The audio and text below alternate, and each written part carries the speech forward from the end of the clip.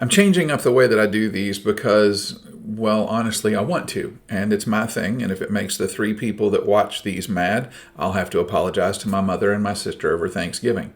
Anyway, the subject of this review is the SX RST, and if you don't recognize anything about that, you're exactly where I was when I got the recommendation.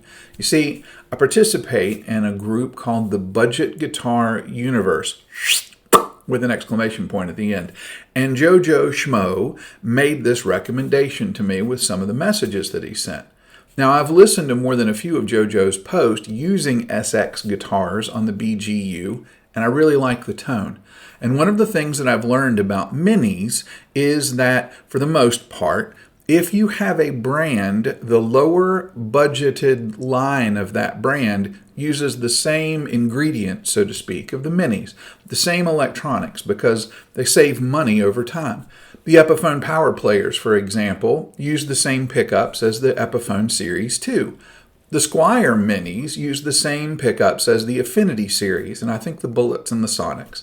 And that means if you can't find a review of the Mini that you're looking for, find a review of the budget line of the same brand or a similar brand or a family brand and listen to those, and odds are you're going to be listening to about the same kind of thing.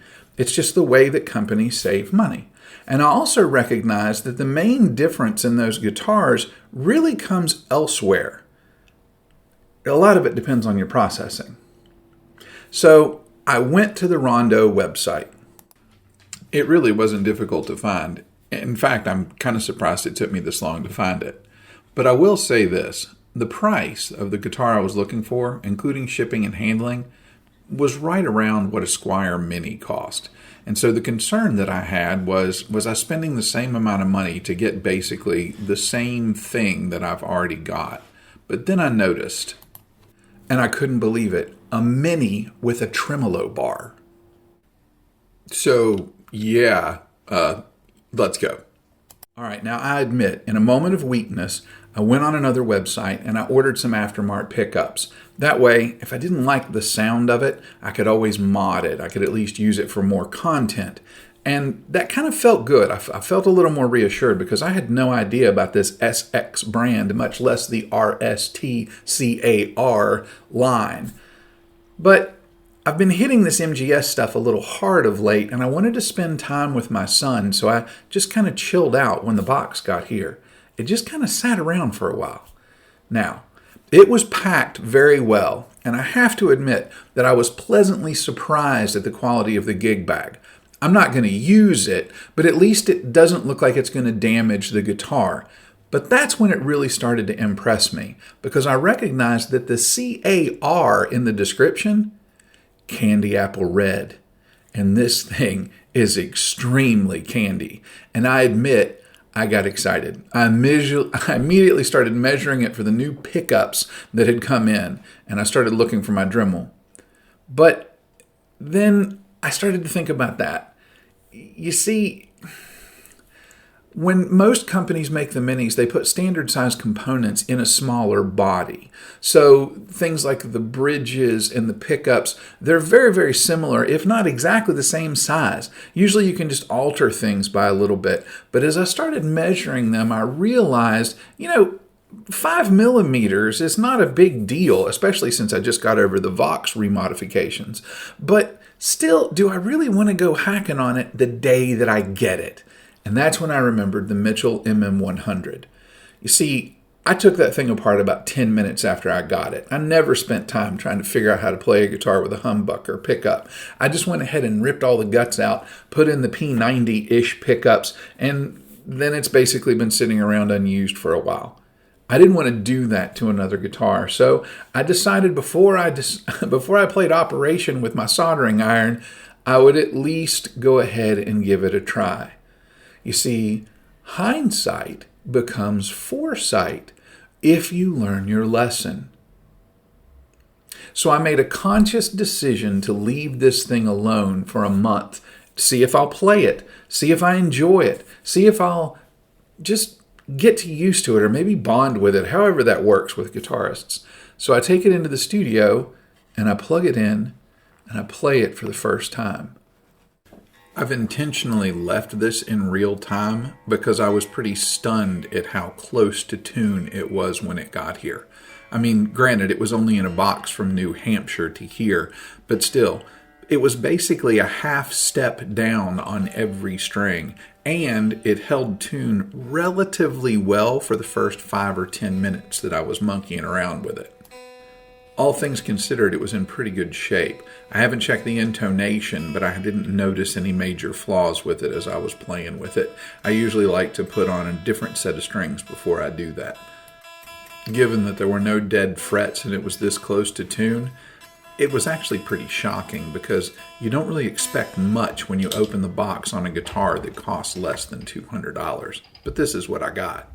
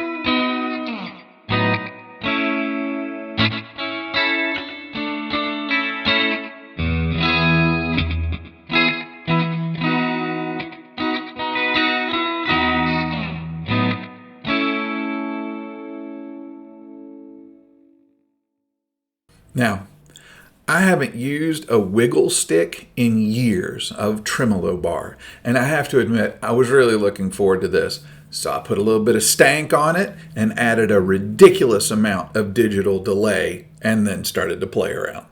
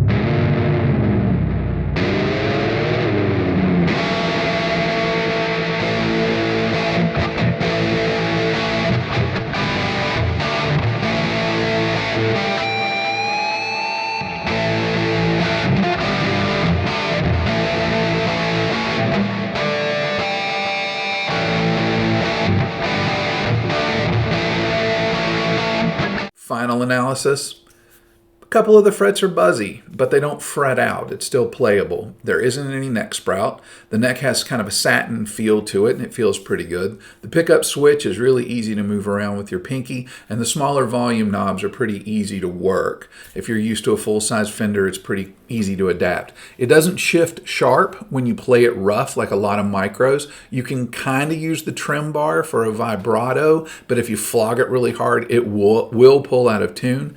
And I don't have my Mitchell TD100 yet, but I think its direct competition is more in line with the Squier Mini. You can get those minis pretty much all over the place used, and the SX new is about $40 cheaper. While it doesn't come in as many different colors as the Squier does, that candy apple red finish is absolutely gorgeous.